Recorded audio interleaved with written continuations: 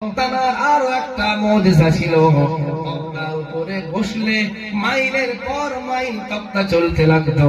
সুলাইমান আলাইহিস সালাম যতক্ষণ না মানা করত, কিন্তু নবী সুলাইমান চলে গেলেন, মুজিজাটা নিয়ে চলে গেলেন।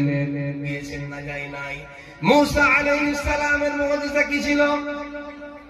লাঠি জমিনে ফেলে দিলে সাপ হয়ে যেত, আবার ওই সাপের লেজ ধরে উঁচু করলে মস্ত বড় লাঠি হয়ে যেত। কিন্তু মূসা নবী চলে গিয়েছে, মুজিজা নিয়ে চলে গিয়েছে। ঈসা আলাইহিস সালামের মুজিজা কি ছিল? অন্ধ ব্যক্তির চোখে হাত বুলিয়ে দিলে সে দৃষ্টি ফিরে পেত, আর মৃত ব্যক্তির কাছে গিয়ে যদি বলতো কুম বিইজনিল্লাহ, ওই মৃত ব্যক্তি জিন্দা হয়ে যেত। আল্লাহর নবী বলছে, আমার উম্মতেরা শোনো শোনো, সমস্ত নবী মুজিজা নিয়ে চলে গেল, কিন্তু আমি মুহাম্মদ, আমার সবচেয়ে দামি মুজিজা আল কোরআন, আমি এই কোরআন আমার উম্মতের জন্য দিয়ে গেলাম।